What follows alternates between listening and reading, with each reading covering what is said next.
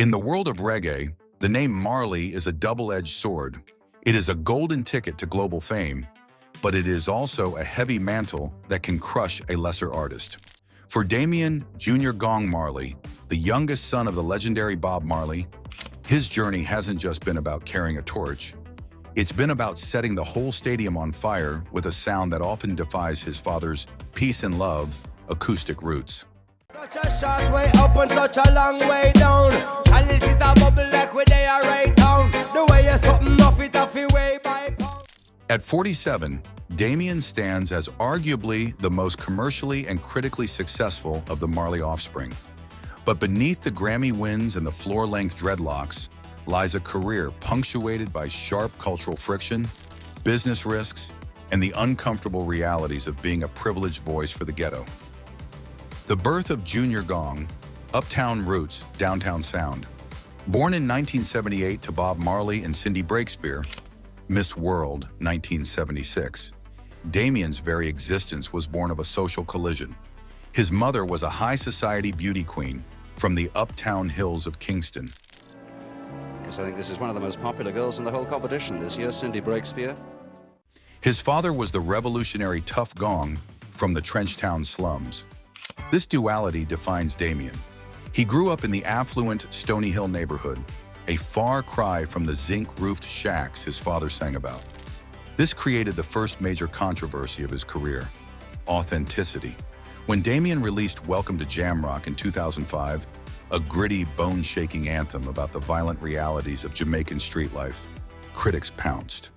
How can a kid who grew up with a silver spoon and a Miss World mother sing about the sufferation of the ghetto? Damian's response was as sharp as his lyrics. He argued that being from Uptown didn't mean he was blind. He titled his second album Halfway Tree, named after the clock tower in Kingston that physically and symbolically separates the rich from the poor.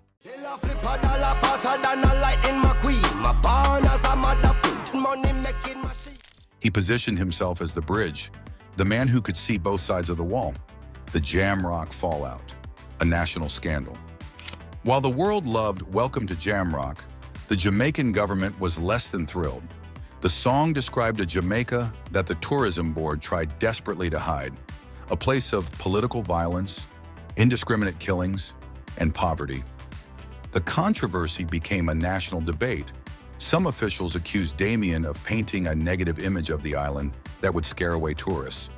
Yet for the people in the garrisons, the inner-city slums, Damian became a hero. He wasn't just singing about one love. He was documenting their survival. He famously retorted that it is easier to be a critic than a visionary, asserting that ignoring the fire doesn't put it out. The herb mogul, turning prisons into plantations. Perhaps the most Marley thing Damian has done is enter the cannabis industry, but he did it with a twist that ruffled feathers in the corporate world. Damian Marley, Bob Marley's youngest son, grew up around his father's music and marijuana. Now he's part of a team buying a former prison to grow marijuana. In 2016, Damian partnered with Ocean Grown Extracts to purchase the Claremont Custody Center, a former California state prison, and converted it into a massive medical marijuana grow-op. The move was a calculated middle finger to the war on drugs. He is now making millions growing weed in the same cells where thousands of black and brown men were once locked up for doing the exact same thing. However, some activists argue that while Damian is reclaiming the space, the green rush of legalization often leaves behind the very people who suffered most during Prohibition. Damian has tried to balance this by supporting the Last Prisoner Project, but the optics of a multimillionaire Marley owning a weed prison remain a point of intense discussion in social justice circles. Family secrets and DNA rumors. Being a Marley means living in a fishbowl. Recently, the rumor mill went into overdrive with sensationalist claims regarding DNA tests and cutting ties with the family. While much of this stems from tabloid clickbait and YouTube truthers, it highlights the ongoing tension regarding Bob Marley's sprawling estate. Bob Marley died without a will, leading to decades of legal battles between his widow Rita and his various children born to different women. Damian, as the youngest veteran, has often had to navigate these internal family politics while his father's image is licensed out for everything from mellow mood tea to lip balm. Damian has openly admitted to feeling sliver of discomfort at how relentlessly his father's image is marketed, standing as the family member who most aggressively pushes for musical integrity over brand exploitation. It was a tribute to my father at 56 Hope Road, the Bob Marley Museum, and I was trying to get through the gate. And one of the security guys saw me trying to come through and started to clear the way for me, and he was like, "Make space, Gong Jr. coming." Defending the hard reggae. In recent years, Damian has sparked a different kind of controversy within the music industry itself. He has been vocal about the watered-down state of modern reggae and dancehall.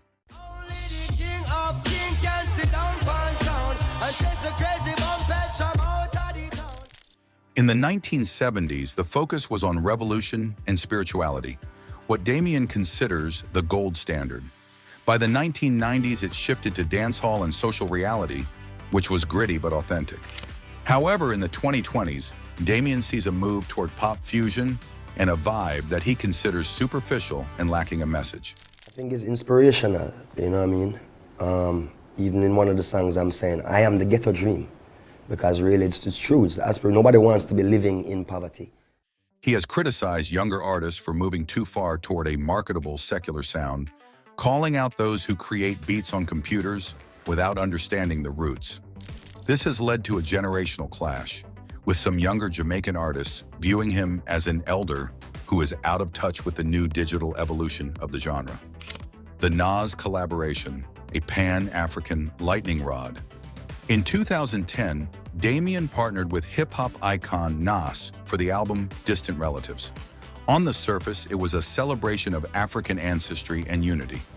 Beneath the surface, it was a political landmine. The duo traveled to Africa, documenting poverty and the diamond trade. But critics questioned the savior complex inherent in two wealthy Western stars, lecturing a continent on its own struggles. The song Africa Must Wake Up was particularly polarizing. While many saw it as a powerful rallying cry, others felt it was didactic and preachy. Damian, however, doubled down, using the project to fund schools in Africa, proving that for him, the controversy of speaking out was always worth the tangible result. The Miss World shadow. A privileged revolutionary, much of the friction surrounding Damian stems from his mother, Cindy Breakspear. Her relationship with Bob Marley was itself a scandal. She was a white-passing Miss World winner, and he was a married Rasta revolutionary. For many in Jamaica, their union represented a betrayal of the movement's black-centric roots. Growing up as Cindy's son, Damian was often seen as the White Marley or the Uptown Marley. He has spent his entire career fighting this label, growing his hair until it literally drags on the ground behind him, a physical manifestation of his commitment to the Rastafarian faith that many doubted he could truly claim. He has turned his lightness into a shield, using his access to spaces his father was denied to scream the truths of the people who are still locked outside the gate. Why Damian matters. Despite the controversies, or perhaps because of them, Damian Marley remains the most vital link to his father's legacy. He didn't just inherit a name, he earned his place by being willing to be the bad guy when necessary. Whether he's rapping alongside Nas on an Afrocentric project or turning a prison into a farm, he operates with a level of intentionality that is rare in modern music. He is the Junior Gong, a man born in a mansion, but who chose to spend his life speaking for the streets. He is a walking contradiction, a Rasta mogul, a privileged revolutionary, and a global star who still looks at the world with the skeptical eye of a Kingston street reporter. His story is not just about music. It is about the complicated, messy, and often controversial work of trying to live up to a legend while carving out a soul of your own. Would you like me to dive deeper into the specific legal battles over the Marley estate and how they've impacted the siblings' relationships?